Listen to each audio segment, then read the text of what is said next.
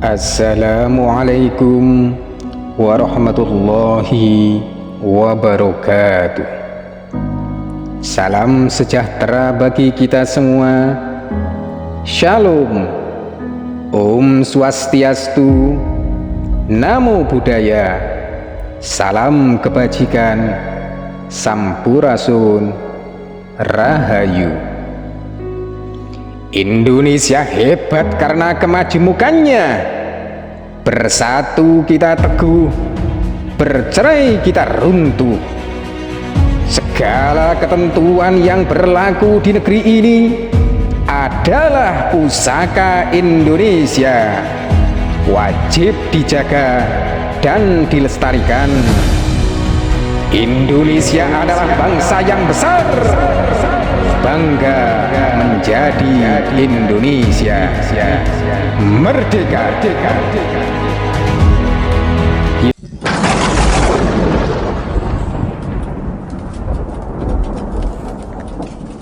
Tanda-tanda kiamat kubro bagian yang kedua. Kiamat pasti terjadi dan kini telah dimulai. Firman Allah dan hadis Nabi sungguh telah terbukti di zaman ini. Turunnya Nabi Isa bin Maryam dan muncul di Menara Putih yang mengandung arti makna perumpamaannya adalah tersaliblah seluruh penyembahan, peribadahan dan amal kebaikan manusia akan sebuah hakiki kebenaran, juga melambangkan sebuah tempat yang penuh dengan ketinggian derajat, kesucian dan kemuliaan yang di dalamnya terdapat 3 ajaran agama, yakni Islam, Yahudi dan Nasrani, yang seluruhnya tidak sampai kepada Tuhan Sang Maha Pencipta.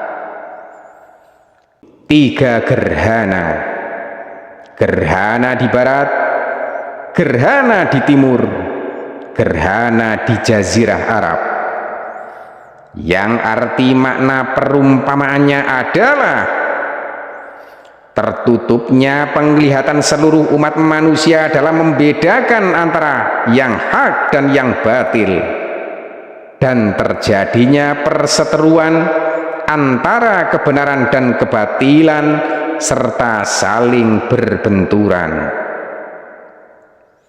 Api yang keluar dari dasar Eden, daerah Yaman, yang menggiring manusia atau mengumpulkan manusia dan bersama mereka di mana saja berada, yang mengandung arti makna perumpamaannya adalah api adalah lambang ilmu pengetahuan. Api adalah lambang kesombongan, keangkuhan dan kecongkakan yang akan membakar setiap hati yang dikuasai hawa, nafsu dan angkara. Api adalah lambang kemarahan, kebencian, sakit hati, dendam, iri dan dengki. Yaman adalah kota ilmu. Yaman melambangkan sebuah sumber ilmu dan tempat di mana saja yang dijadikan tempat mempelajari akan suatu ilmu, maka bisa disebut Yaman.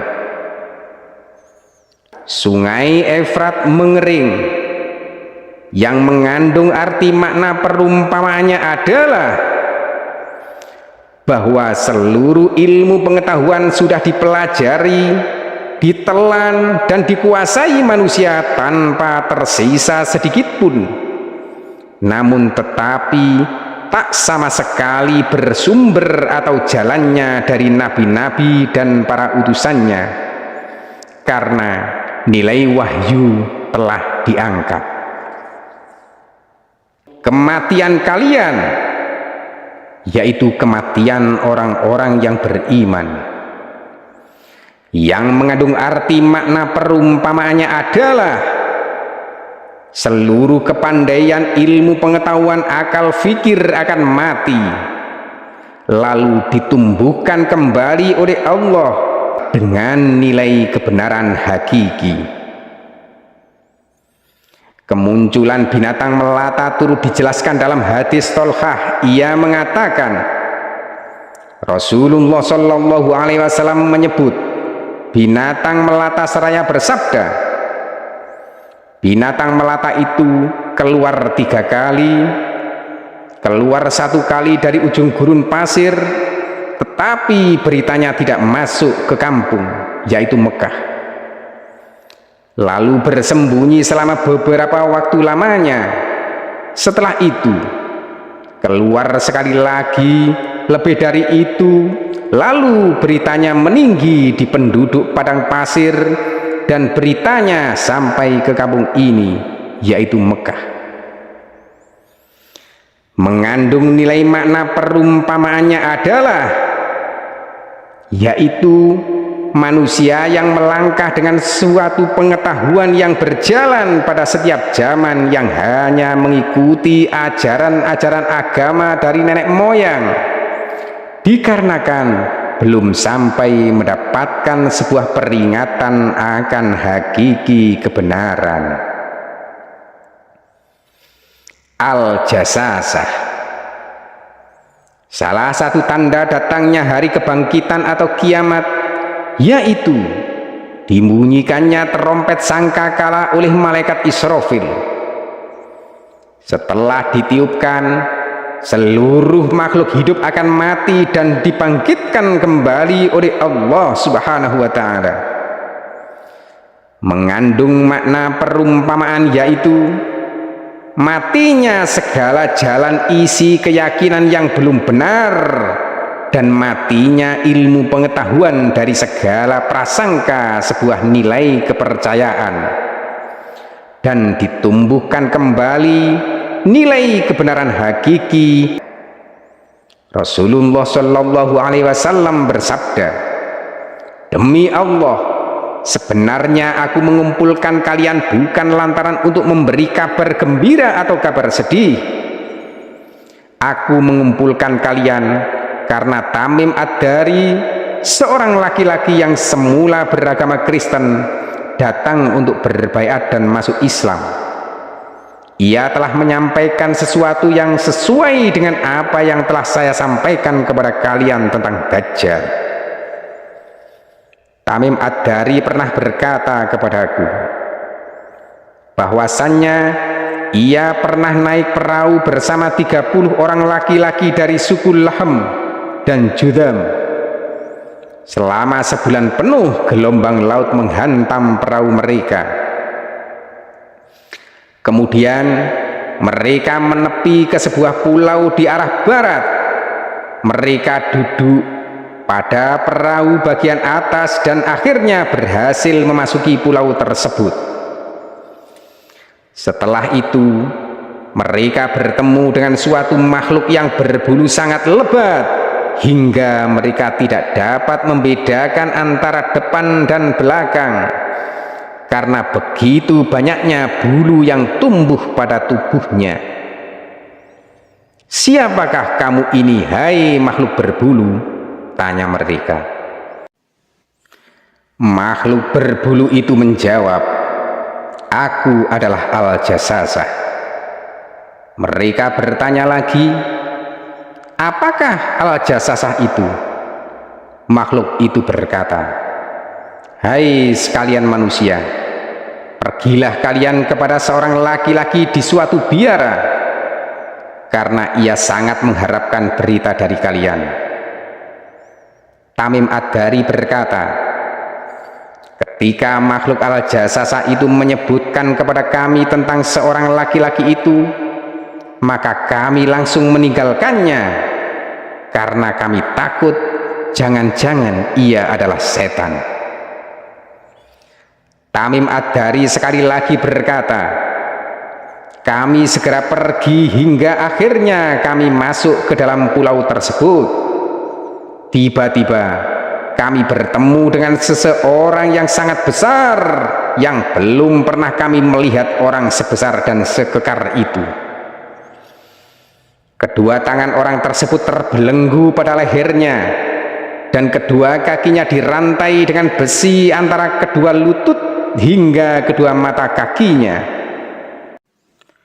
Laki-laki di biara itu bertanya, "Hai rombongan pengendara perahu, beritahukanlah kepadaku tentang kebun kurma Baisan."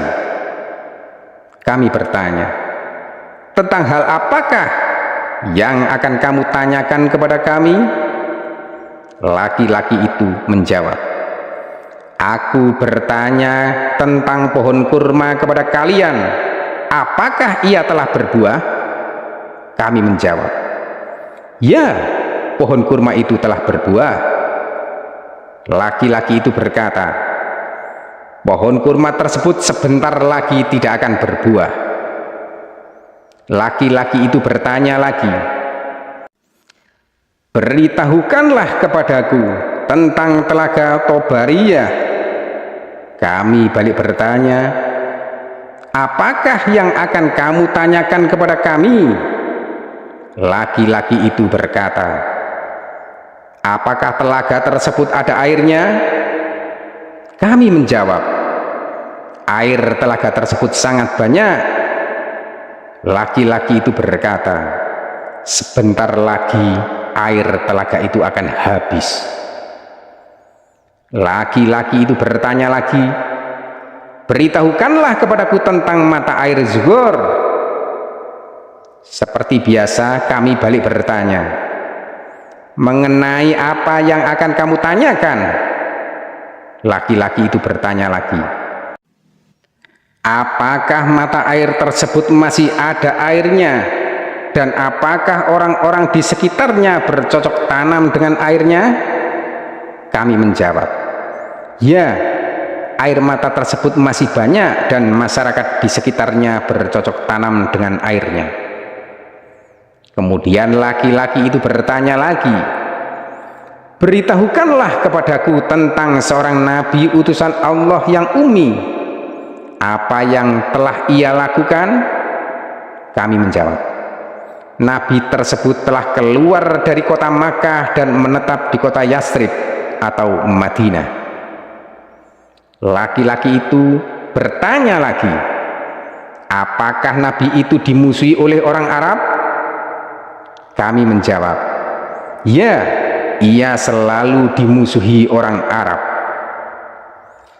Laki-laki itu terus bertanya, "Bagaimana upaya nabi tersebut dalam menghadapi mereka?" Kami menjawab, "Nabi itu telah berhasil dalam dakwahnya atas dukungan orang-orang Arab yang mengikuti dan mematuhinya." Laki-laki itu bertanya, "Sudahkah nabi itu meraih kesuksesannya?" Kami menjawab, "Ya." Laki-laki itu berkata, "Sungguh lebih baik apabila orang Arab itu mematuhinya. Sekarang, baiklah, aku akan memberitahukan kepada kalian tentang diriku. Sesungguhnya aku ini adalah Al-Masih Dajjal, dan sebentar lagi aku telah diizinkan untuk keluar. Setelah itu, aku akan menjelajahi dunia hingga tidak ada satu kampung pun yang tidak aku singgahi dalam jangka waktu 40 malam, kecuali kota Makkah dan Thaibah atau Madinah. Aku dihalangi untuk memasuki kedua kota tersebut. Setiap kali aku berupaya untuk memasuki salah satunya, maka seorang malaikat akan menghadangku yang siap sedia dengan pedang di tangannya. Sementara itu, di setiap penjuru kota Makkah dan Madinah ada beberapa malaikat yang menjaganya." Hadis riwayat Muslim. Al-Jasasah mengandung nilai makna perumpamaan, yaitu Manusia yang mempelajari seluruh hal hadis atau sabda dengan nilai isi hari kebangkitan atau kiamat, dirinya membuka seluruh nilai hadis atau berita akan kebangkitan Dajjal dan nilai kelahiran seorang imam yang akan memimpin seluruh dunia. Namun tetapi segala hal yang dibuka dari isi pemikirannya ataupun sebuah keyakinannya amat kacau dan salah. Isinya mengancam, menteror, membuat rasa takut umat, padahal tidak sama sekali ada kebenarannya. Bahkan dirinya sendiri sampai tidak terlihat akan banyaknya bulu yang hanya terlihat dua buah matanya yang sipit, yang tidak sedikit pun mengetahui kebenaran akan isi nilai kebangkitan atau isi rentetan peristiwa terjadinya hari kiamat. Seluruhnya amat fatal. Segala yang diungkapkan atas pemikirannya dan dirinya lah yang memperlihatkan bahwa Dajjal telah terlepas dari rantai yang mengikatnya di dalam waktu ketentuan kebebasan jalannya untuk menyesatkan seluruh manusia.